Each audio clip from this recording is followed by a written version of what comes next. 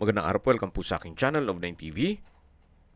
Nandito po tayo ngayon sa Silang, Cavite kung saan meron po tayong bagong video presentation. Isang residential farm property na meron pong fish pond at meron pong access sa ilog. Actually, na-vlog ko na ito as a whole property na 4,000 square meters.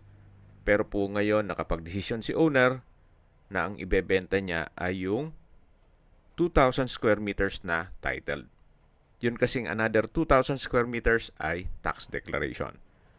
So ito na lang pong meron pong fish pond at kubo ang binibenta.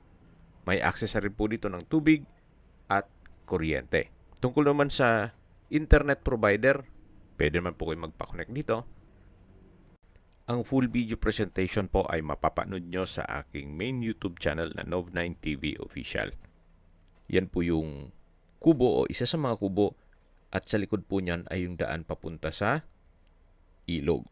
Mula naman po sa Barangay Road, ito po'y inner lot. Pero meron na pong kausap si owner tungkol sa right of way. Kaya please manage your expectation. Once na nag-set ng tripping, gawa ng looban po ito or inner lot.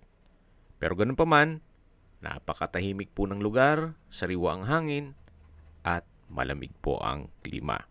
At nag-mark down price na po si owner mula po sa 7,000 per square meter.